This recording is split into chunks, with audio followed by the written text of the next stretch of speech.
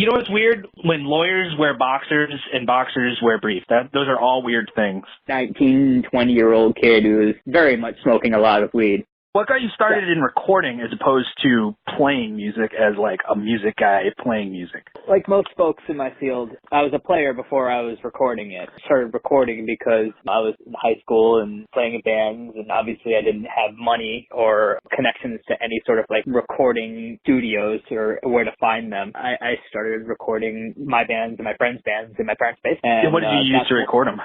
There was this silly DAW called Guitar Tracks. It was by Cakewalk. It only allowed, we had like the intro version of it, and it only allowed 8 mono tracks to be at any given time. You could only have 8 sources of audio within each mix. What we did was, in order to get drums, bass, guitar, vocals, and all like the stuff that we wanted recorded, we set up a live board mixer to track the drums, and I would play along with my drummer so that he had something to play to. And then we took the stereo out of that live board, summed it down into one mono input. We did 1/4 inch to 1/8 inch, and then we did 1/8 inch into the back of my old Dell Windows 95 computer. So originally I thought you said you had a doll that you used to record things, and I was like, is he using a Teddy Ruxpin to record the band? No, DAW. And then that's how we captured sound. It sounded atrocious. And that's when I figured out that I liked recording, mixing, and producing more than I did actually writing and playing the shit. So you don't ever miss doing the other aspect of things? You don't ever miss making the music yourself? I do a lot. Part of me always wants, when I leave like a really, really good show, I always feel like, I wish I was still doing that. I'm just so busy with recording and mixing music, which is great because I'm definitely creatively satiated. I'm making some of my favorite records I've ever made right now. I definitely miss it. I don't want to I'm the kind of person that like, if I do something, I want to do it like well all the way. But what's great is a lot of the projects that I work on, especially now, a lot of the bands that I work with are looking for me to be like more creatively involved in the making of the records, whether it be just creative mixing decisions or right up to like I'm playing on some records, actually creatively adding to these things. In a lot of ways, I feel like I'm in a lot of bands, which is, I'm great. Do you ever want to work as a live sound technician? You know, I did a handful of live sound gigs when I graduated and I was trying to make ends meet, just trying to make whatever audio money as I could. That's a whole other art, I feel like, which I have such respect for, that just never really interested me. The art of like mixing a live show is just something that I never really gravitated towards. When you're deep in a session, it's been like 3 or 4 hours, everybody gets hungry. How do you decide what to eat? Because for the bands, they probably didn't. If you had pizza the day before, but they might not have had pizza the day before. Who makes the decision and how does that get centered? The band always makes the decision. I'll gladly give suggestions if people want to hear them from me. But ultimately, I want what's going to be most productive for the band. Pick whatever food that is going to be best for their experience. You bring your food to work sometimes. Do you share that? Do you share the food? Yes, I do often bring my lunch. I have a funny story about that. I was recording an audiobook. I had brought my lunch like I mostly do, and we order lunch out for the authors or the talent when they record these audiobooks, and we bill it out to the company. We break for lunch, and I ask the author, what would you like for lunch? I can send someone out for it. And he says, what are you having? And I had brought turkey meatball soup that day. And he goes, great, I'll have that too. So I only had one portion of it. So did you add water? Just make like a giant watery... I gave turkey meatball soup, and I ordered out lunch.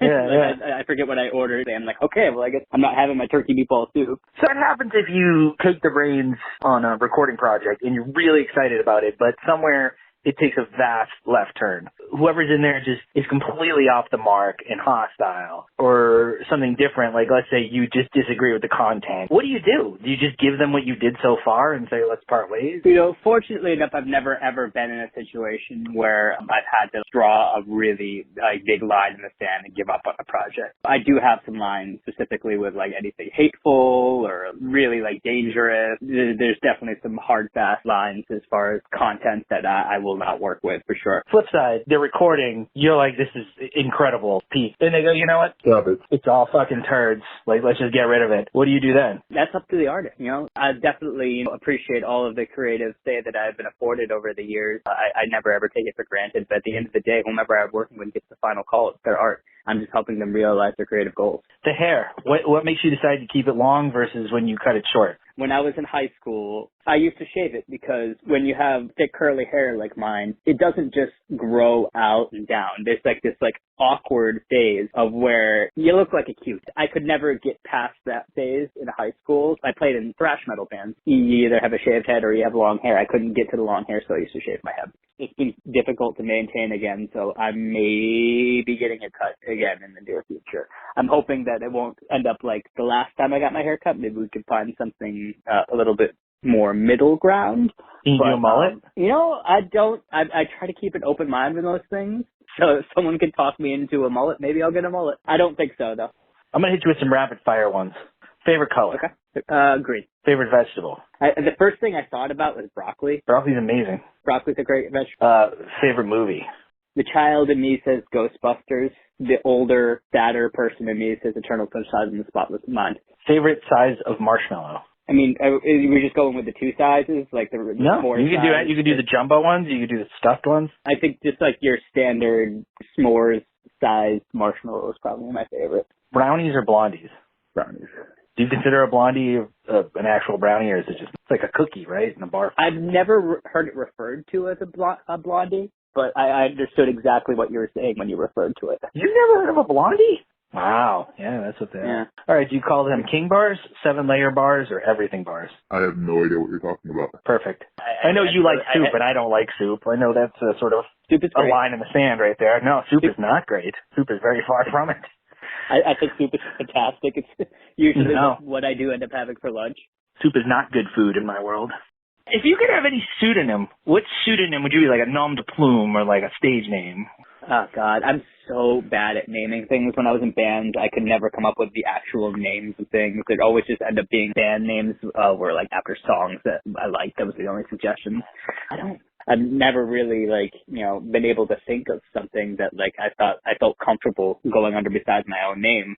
Fortunately enough, my parents gave me a name with alliteration. So yes, I feel like, even though it's kind of dorky, but still, the alliteration helps. I don't like to stand behind social media too much, but I do enjoy how my Instagram handle, Distort Everything, is really kind of like representing my work of like being fuzz and distortion heavy and bringing edge out of things, because that's something I definitely try to do. What's your favorite distortion pedal or fuzz? My Russian Big Muff, very, very much. That is probably my favorite thing that I have at my disposal. Although I really do love the Sam bass driver. It's really become a desert island thing for me as far as recording anything bass. What's the weirdest job you've ever had? I was in between restaurant work at the time, kind of aimless with my life. Reached out to a regular at a restaurant that I worked at who was a contractor. He built additions to homes, stuff like that. And I reached out to this person and asked them if they had any labor work that I could do while I was looking for other restaurant work, thinking that he would have me swinging a hammer somewhere, or carrying 2x4s off a truck or whatever. And he says, yeah, totally, I got you. Meet me at this address, this hour, this day, and we'll get you started. I wake up at the ass crack of dawn and drive 2 towns over to this location. This is before Google Maps or anything like that, so I've printed off MapQuest directions and how to get there, and show up and the cemetery. I call this person and I say, hey, I think I'm here, but it's a cemetery. Am I in the wrong place? And he goes, no, you're the right place. Just drive to the back of the cemetery. The gate, the back of the cemetery has a gate. You can drive to there. So I drive to the back. Lo and behold, not only did he have a contract business, but he was also a caretaker for a cemetery. He decided that he was going to have me dig graves. Nice. I always wanted to be a grave digger, dude. Always.